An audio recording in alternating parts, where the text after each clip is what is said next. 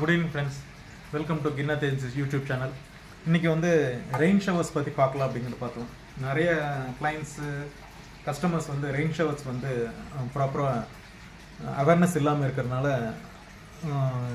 Height வந்து கம்மியா போட்டு ஃப்ளோ இல்ல அப்படிங்கறது வந்து ரொம்ப பெரிய கமெண்டா இருக்கு. இது ஸ்டார்டிங் வந்து சைஸ் பார்த்தோம் அப்படின்னா இந்த மாதிரி சின்ன சைஸ் தான் இருக்கு. 4x4 ல இருந்து ஆரம்பிச்சு 6x6 8x8 உங்களுக்கு அதே மாதிரி 6ல 8லயே உங்களுக்கு ரவுண்ட் அப் டு 12 இன்ச்சஸ் வரைக்கும் போகும். இந்த மாதிரி பாத்தீங்கன்னா 10 இன்ச்சஸ் 12 இன்ச்சஸ் அந்த மாதிரி போகும்.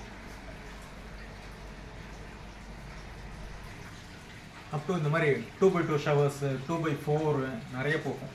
இந்த மாதிரி பெரிய ஷவர்ஸ் அப்படின்னு போகும்போது நம்ம ஃபால் சீலிங் போட்டு இந்த 4 சைடு ப்ரொவிஷன் கொடுத்துருப்பாங்க, ஹேங் பண்ணிக்கிற மாதிரி இருக்கும். இதெல்லாம் உங்களுக்கு இந்த மாதிரி ரபிட் ஷவர் வந்துடும். ஹேங் பண்ணிவிட்டு மேலேருந்து உங்களுக்கு ஃப்ளோ வந்து இன்க்ளூட் சீலிங்லேருந்து நம்ம கொடுக்க வேண்டியதாக இருக்கும் வாட்டர் லைன். ஒரு சில கம்பெனியில் இதை ராடு கொடுத்துருப்பாங்க, ஒரு சிலது நம்ம செயின் போட்டு ஹேங் பண்ணுற மாதிரி இருக்கும். இப்போ இந்த மாதிரி லேட்டஸ்ட் ஷவர்ஸில் கலர்ஸும் வருது. இந்த மாதிரி பிளாக்கு, ரோஸ் கோல்டு, கோல்டு அந்த மாதிரி ஷவர்ஸ் வருது. மேட்சிங் ஃபிட்டிங்ஸோடு சேர்ந்து ஆஸ்தட்டிக்காக ஃபினிஷ் பண்ணலாம். வித் ஷவராகவும் சேம் அதே மாதிரி கோல்டு மேட்சிங் இருக்கும். பிளாக்னா பிளாக் ஷவராகவும் வரும். அது மாதிரி நீட்டாக இருக்கும், எலிகெண்ட்டாக இருக்கும். நம்ம ஃபிட்டிங்ஸ் எல்லாமே பிளாக் அண்ட் ஒயிட் கான்செப்டில் ஃபினிஷ் பண்ணுறீங்க, இல்லை வித் கோல்டு ஃபினிஷ், இல்லை இப்போ லேட்டஸ்ட்டாக இந்த ரோஸ் கோல்டு ஃபினிஷ் எடுக்கிறீங்க அப்படின்னா அதுக்கு மேட்சிங்காக ஷவர்ஸும் கொடுக்கலாம். ரொம்ப ப்ரீமியம் லுக் வரும், எக்கனாமிக்கல் ப்ரைஸ். இது வந்து உங்களுக்கு வந்து சின்ன ஷவர் 4x4 நம்ம பார்த்தோம் இல்லையா, அந்த மாதிரி சின்ன ஷவருக்கு பிரச்சனையே இல்லை. அப் டு 6 இன்ச்சஸ் வரைக்கும் பிரச்சனை இல்லை. 8 இன்ச்சஸ்க்கு நீங்கள் போகிறீங்க அப்படின்னா ப்ரெஷர் வந்து மஸ்ட்டு. 8 இன்ச்சஸ்க்கு மேலே 8, 10, 12 இன்ச்சஸ் அந்த மாதிரி போகும்போது ப்ரெஷர் வந்து கம்பல்சரி எதிர்பார்க்கும். ஏன்னா ரெகுலர் 1/2 இன்ச் லைனு த்ரோ வந்து பார்த்திங்கன்னா ஏரியா இன்க்ரீஸ் ஆகுது இல்லையா, அதனால் உங்களுக்கு வந்து செகண்ட் ஃப்ளோரில் டேங்க் இருந்துச்சு அப்படின்னா கிரவுண்டுக்கு ஈஸியாக இருக்கும். இல்லை அப்படின்னா ப்ரெஷர் பம்ப் போட்டு நீங்கள் மூவ் பண்ண வேண்டியதாக இருக்கும். செகண்ட் திங், இது இந்த மாதிரி எஸ்எஸ் ஷவர்ஸ் பார்த்தீங்க அப்படின்னா எட்ஜ் ஃபுல்லுமே வெல்டடாக இருக்கும். நீங்கள் பழைய ட்ரெடிஷ்னல் ஷவர்ஸ் மாதிரி ஃப்ரண்ட்டில் ஓப்பன் பண்ணி க்ளீன் பண்ணுற ப்ரொவிஷன் இருக்காது. ஸோ இதில் இன்லெட்டில் வந்து உங்களுக்கு மெஷ் கொடுத்துருப்பாங்க. இதில் இந்த டஸ்ட்டு வந்து இதில் அக்குமுலேட் இருக்கும். இதோட சின்ன டஸ்ட் வந்து இந்த ரபிட் ஷவரில் நம்ம ரப் பண்ணோம்னா, ஷவர் ஆன் பண்ணிவிட்டு இதை ரப் பண்ணோம்னா சால்ட் பார்ட்டிகல்ஸோ இல்லை டஸ்ட் பார்ட்டிகல்ஸோ வந்துடும். அதோட பெரிய டஸ்ட் பார்ட்டிகல் இதில் அக்குமுலேட் ஆகும். அது நம்ம ப்ரஷ் வச்சு க்ளீன் பண்ணி மெயின்டைன் பண்ணிக்கலாம். இப்போ பார்த்தீங்கன்னா இந்த மாதிரி பெரிய ஷவர்ஸ் வரும், 2x2 ஷவர்ஸ், 2x4 அந்த மாதிரி வரும். இந்த மாதிரி பெரிய ஷவர்ஸ் வேணும் அப்படின்னா உங்களுக்கு வந்து ப்ரெஷர் பம்ப் மேண்டேட்ரி.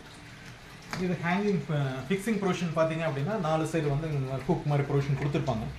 இதில் ஹூக் பண்ணி செயின் பண்ணி மேலே ஃபிக்ஸ் பண்ணிக்கலாம். வெர்டிக்கலில் சீலிங்கில் வந்து லைன் ப்ரொவிஷன் கொடுத்து ஷவர் பண்ணுற மாதிரி இருக்கும். இது செயின் சப்போர்ட்டோடு நிற்கும். ஒவ்வொரு பிராண்டில் வந்து இதை ராடு கொடுத்துருவாங்க. ராட் கொடுத்து இங்கே எல்என் கீ போட்டு ஃபிக்ஸ் பண்ணுற மாதிரி இருக்கும். ரெண்டும் ஒரே மெத்தட் தான். செகண்ட் திங், இதில் மெயின்டெனன்ஸ்னு பார்த்தீங்கன்னா உங்களுக்கு இதே மாதிரி தான், ரபிட் ஷவர் அந்த மாதிரி தான் வரும்.